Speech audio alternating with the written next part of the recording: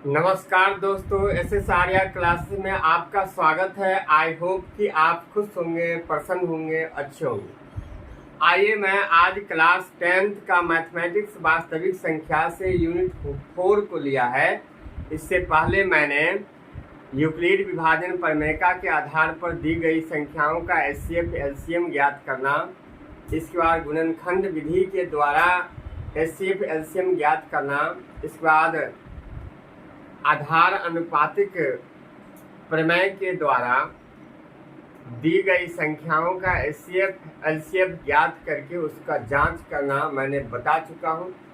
आज हम लोग पढ़ेंगे कि अभाज्य गुणनखंड विधि द्वारा दी गई संख्याओं का एचसीएफ और एलसीएम कैसे ज्ञात करेंगे।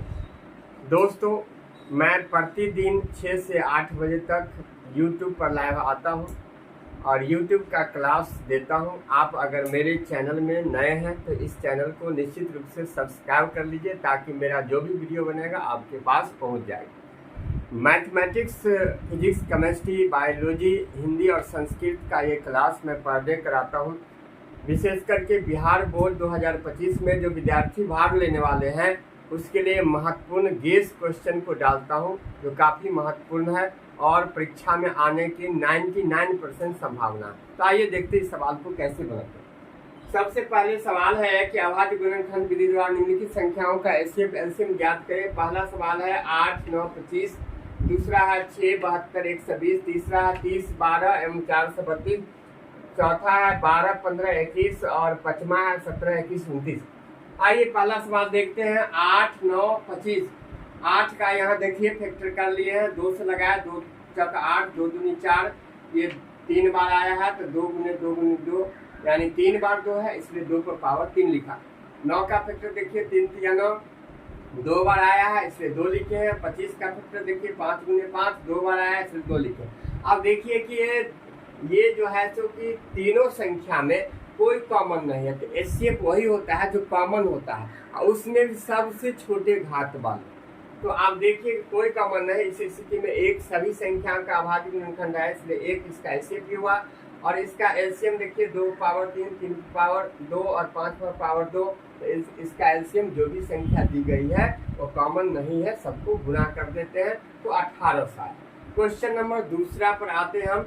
6, 72, 120, 6 का गुणनखंड हो गया 2 गुने 3। यहाँ देखिए हम गुणन इसका फैक्टर किए हैं, 2 से लगाया 3, फिर 72 का 2 से लगाए तो 18, फिर लगाए तो 72 का 2 से लगाए तो 36 हुआ, 36 में 2 से लगाया 18, 18 को फिर 2 से लगाए तो 9 हुआ, 9 को 3 से लगाए 3 किया 9 हो गया। इसी प्रकार 120 का फैक्टर कर लिए।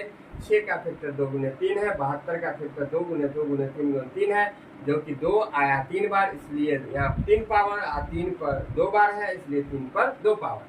120 का फैक्टर 2 गुने 2 गुने 2, 3 गुने 5 है, 2 आया है 3 बार, इसलिए 3 पावर है।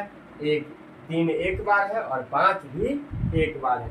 अब देखिए कि ये तीनों संख्या में आपको सबसे कम घात वाला 2 पर पावर 1 है और 3 पर पावर 1 है जो कॉमन है, इसको हमने लिखा, इसलिए इसका एचसीएफ हो गया 6। एलसीएम क्या है, सबसे ज्यादा घात वाले लिखते हैं तो 2 पर पावर 3 लिखा है जो कि यहाँ सबसे ज्यादा है, 3 पर पावर 2 लिखा है, यहाँ सबसे ज्यादा है, यहाँ कम है, और ये 5 पावर 1 है। तो अब इसको गुना कर दिए तो ये 8 हो गया, 3 3 9, ये 5 है, 36 यानी 360 इसका आंसर हो गया। आइए क्वेश्चन नंबर तीसरा है। 30, 72, 400। देखिए 30 का फैक्टर यहाँ किए 2 से लगाए, ये फैक्टर हुआ। इसी प्रकार 72 का फैक्टर यहाँ देखिए 2 से लगा के ये फैक्टर कर दिए। 432 का यहाँ देखिए यानी स्टेप बाय स्टेप यहाँ पर हमने फैक्टर कर दिया है।